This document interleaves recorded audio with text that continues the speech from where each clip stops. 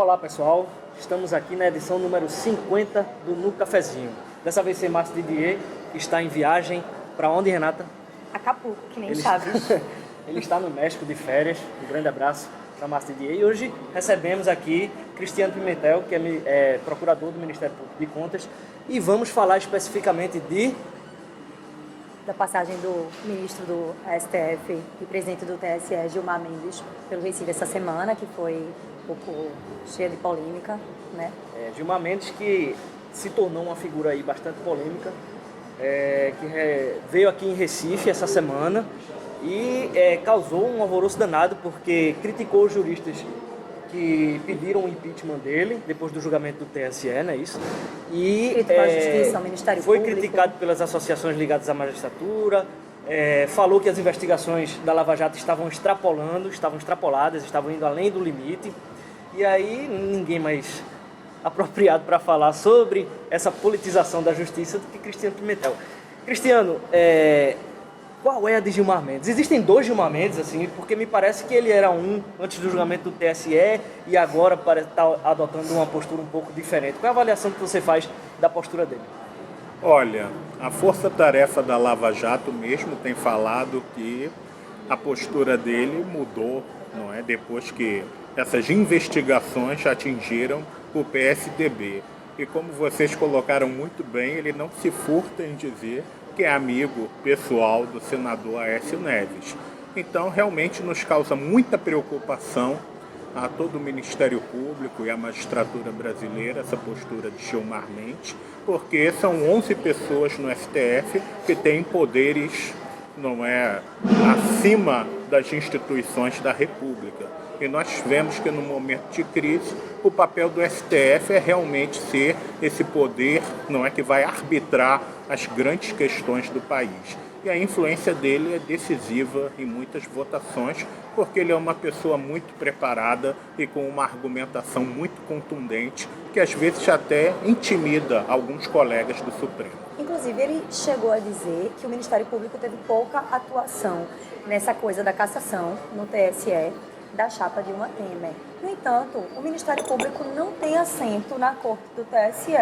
Isso é uma crítica que membros do Ministério Público, como o Procurador-Geral de Justiça daqui do Estado já fez, né? O Ministério Público não tem assento. Como é que o Ministério Público poderia participar mais num julgamento no qual ele não tem assento na Corte, como também não tem nos TREs?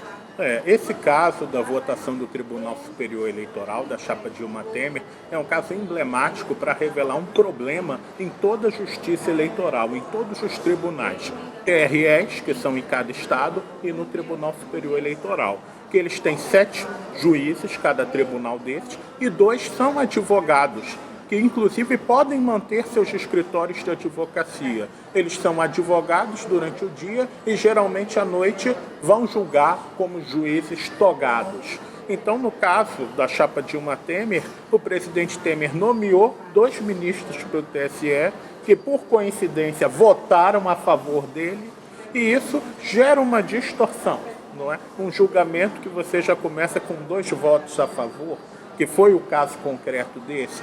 O próprio ministro Joaquim Barbosa, quando foi presidente do Supremo, ele fez um duro questionamento sobre a composição dos tribunais eleitorais. Infelizmente, isto não foi à frente. É uma hora de se repensar a composição da justiça eleitoral.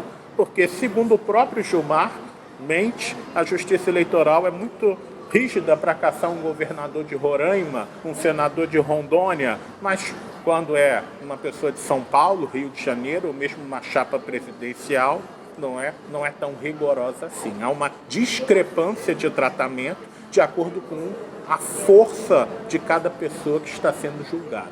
Quer dizer, a gente entra nessa história das indicações políticas para o tribunal, né? Como é que podia ser alterada essa composição? Quem é hoje que encabeça uma discussão sobre essa questão de alteração na composição dessas cortes? Como isso é um tema constitucional, isso tem que partir realmente do Congresso. Existem várias PECs, propostas de emenda no Congresso, inclusive mudando não só no TSE, não só nos tribunais superiores, mas também no Supremo Tribunal Federal. Nós estamos vendo como pode ser questionável uma indicação feita por um presidente da República para o Supremo Tribunal Federal. Então é fato que em todas essas cortes superiores e nos tribunais de contas é preciso que o Congresso repense essa forma de indicação, porque isso está gerando uma discrepância e a sociedade, de uma forma geral, já está percebendo o efeito nocivo disso. Isso pode ser muito ruim até para a institucionalidade do próprio país. Gilmar Mendes veio aqui, fez muitas críticas aos juristas que apresentaram impeachment contra ele, foi rebatido por algumas associações, até pelo Ministério Público, como a gente falou aqui. Qual é o grande problema hoje da Justiça? A Justiça, desde o começo das investigações da Lava Jato, era colocada como aquela instituição capaz de manter a ordem institucional do país, já que a política estava desacreditada. E o que agora a gente vê é um atrito dentro do próprio judiciário.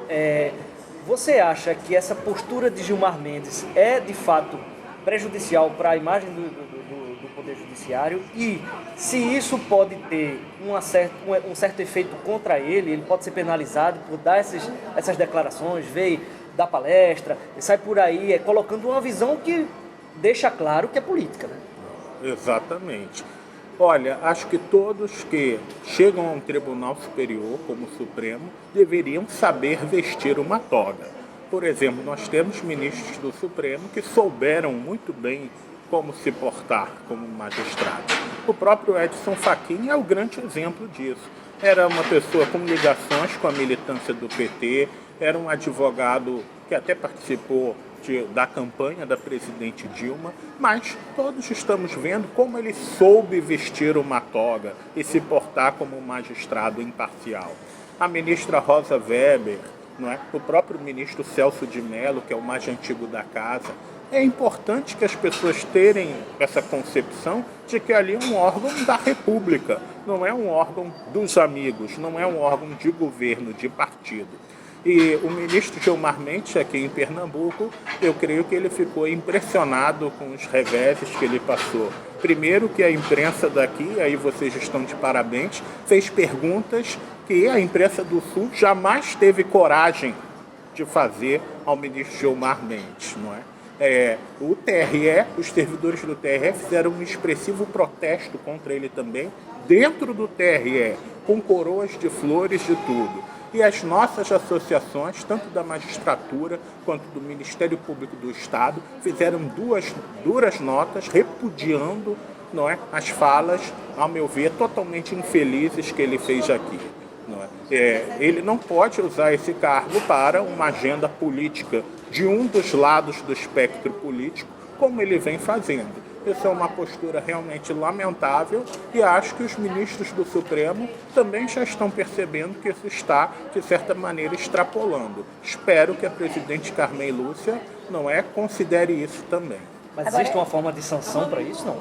Um limite que possa ser imposto a esse tipo de postura, de politização? O grande problema é que o ministro do Supremo não tem ninguém acima dele. Mas a lei orgânica da magistratura, ela prevê deveres e restrições, inclusive aos ministros do Supremo. Não é por ele estar no Supremo que ele pode fazer tudo. Ele está submetido às mesmas regras da magistratura que um juiz de primeira instância. Agora é necessário que a presidente do Supremo e os demais ministros levem isso com uma maior preocupação, o que, a meu ver, não está acontecendo. Mas já estamos vendo que as associações nacionais da magistratura já estão se manifestando explicitamente criticando essa postura, coisa que não acontecia há poucos meses atrás. Então isso já pode ser um caminho de rever estas condutas de Gilmar Mendes. Quer dizer, na passagem dele por aqui, ele diz o seguinte: Deus nos livre de um governo de juízes ou promotores. Seria uma ditadura.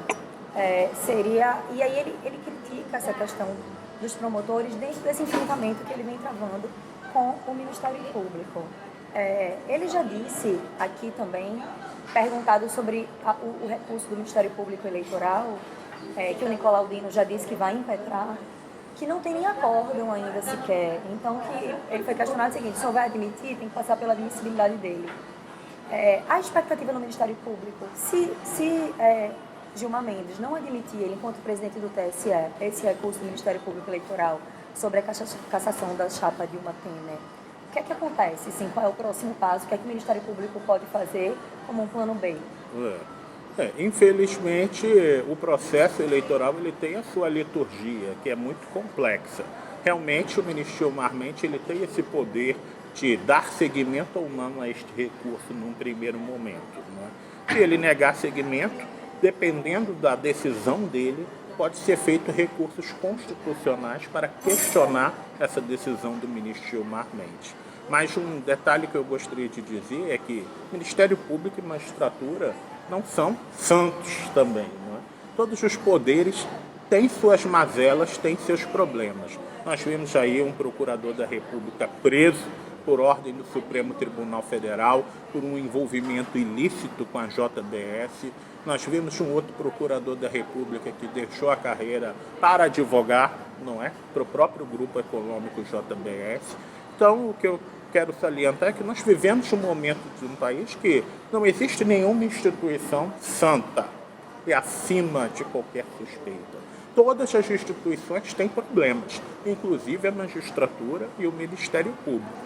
Por isso, realmente, que esse momento de encruzilhada que a gente vive é tão preocupante. Não é? E as instituições, ao invés de se atacar, deveriam se ajudar, o que, infelizmente, não vem acontecendo em muitas situações. Já se fala, inclusive, num pedido de impeachment, em movimentação para o pedido de impeachment também, como se fez para Gilmar Mendes, um pedido de impeachment para o Procurador-Geral da República, Rodrigo Janot.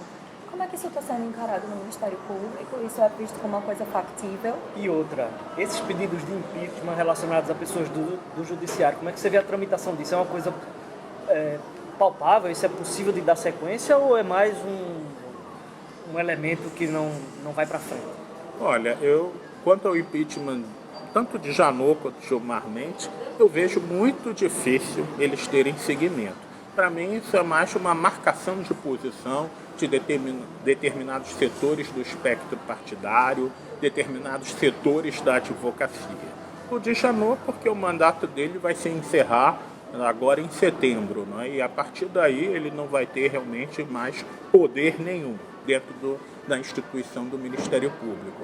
E Gilmar Mendes, por sua vez, ele vai, como ministro do Supremo, ele tem muitas prerrogativas, não é? Tem uma proteção especial e é muito difícil isso se dar seguimento, porque o primeiro passo é no Senado. E o Senado não tem condições de altivez, independência, imparcialidade de mandar tramitar hoje o impeachment de um ministro do STF, mesmo que seja o ministro Gilmar Mendes. Então vejo isso muito mais como uma posição imediata da mídia, não é? Do que realmente uma coisa com uma aplicabilidade prática futura.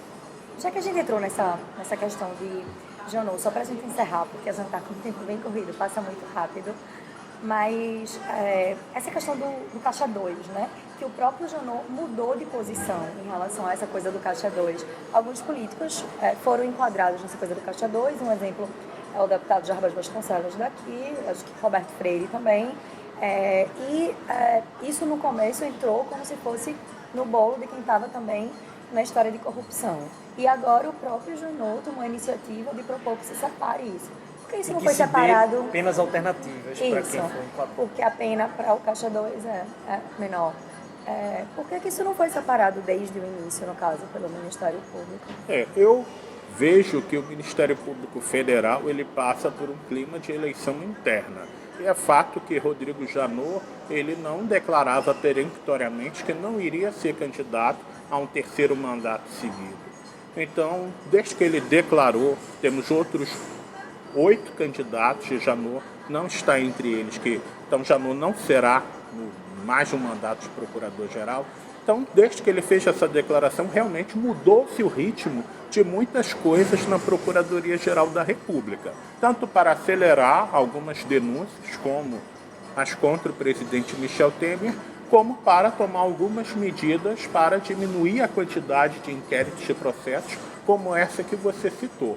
O Caixa 2 eleitoral puro, não é? Digamos assim, o Caixa 2 eleitoral sem propina, ele é um crime de falsidade de declaração de documentos na Justiça Eleitoral e ele tem uma pena muito pequena. Por ter uma pena muito pequena, a pena mínima, uma lei desde 1995, a mesma lei que criou os juizados especiais criminais, ela permite que o Ministério Público faça uma proposta à pessoa. Olha, eu estou aqui oferecendo sua denúncia, mas vamos fazer um acordo de suspender a tramitação desse processo e você fica por um período de prova de até 4 anos, sem cometer nenhum outro crime. E se você cumprir estas condições, a sua pena está definitivamente extinta. Por esse crime, com uma pena pequena, permitir esta medida, eu creio que por uma questão de economia processual, para diminuir o número de inquéritos no Supremo, ele está adotando isso. Agora, é lógico que isso vem dentro de um contexto de que ele está encerrando seu mandato agora em setembro. É isso aí, pessoal. Estamos encerrando o episódio 50 do No Cafezinho, né? Comemorando aqui. Um pouquinho mais extenso do que exatamente. os outros. Muito obrigado pela entrevista, Cristiano Pimentel. Agradeço. Fui convidado para sentar na cadeira de peso de Márcio Didier. Acho, não sei porquê, deve ser pela minha compleição. E agradeço o convite.